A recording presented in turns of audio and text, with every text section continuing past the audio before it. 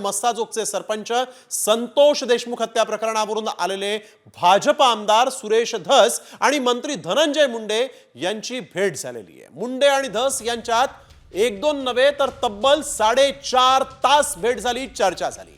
यावेळेस आपण उपस्थित होतो असं चंद्रशेखर बावनकुळेंनी माहिती देताना म्हटलंय। त्यांच्यात मतभेद असतील, मनभेद नाहीत असं बावनकुळे यांनी म्हटलंय। तर धनंजय मुंडेंच्या डोळ्यांचं ऑपरेशन झाल्यानंतर दुसऱ्या दिवशी आपण त्यांच्या निवासस्थानी भेटल्याचं धस यांनी कबूल केलंय।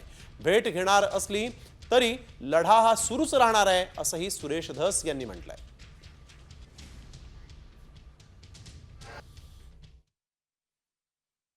नाही, बरोबर आहे ना।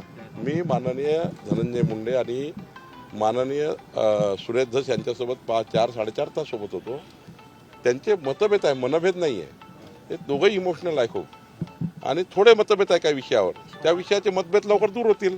शेवटी माणसाच्या जीवनामध्ये काळ असा असतो, काळ काही मतभेद दूर करत असतं। काही काळाने धनंजय मुंडे आणि सुरेश धसचे मतभेद दूर होतील।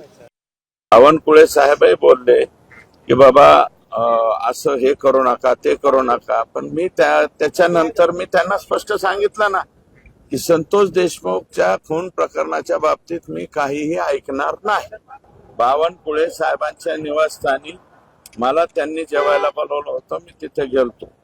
नंतर धनंजय मुंडे साहेब पाठीमागून आले आणि बावनकुळे साहेब एवढंच म्हणाले की तुमच्यात मनभेद आहेत का मतभेद आहेत। आम्ही म्हणलं संतोष देशमुखच्या प्रकरणाच्या बाबतीत बैठक आहे का? ते म्हणले काही मिटेल का? मी म्हणलं मिटणार नाही, संपलं विषय।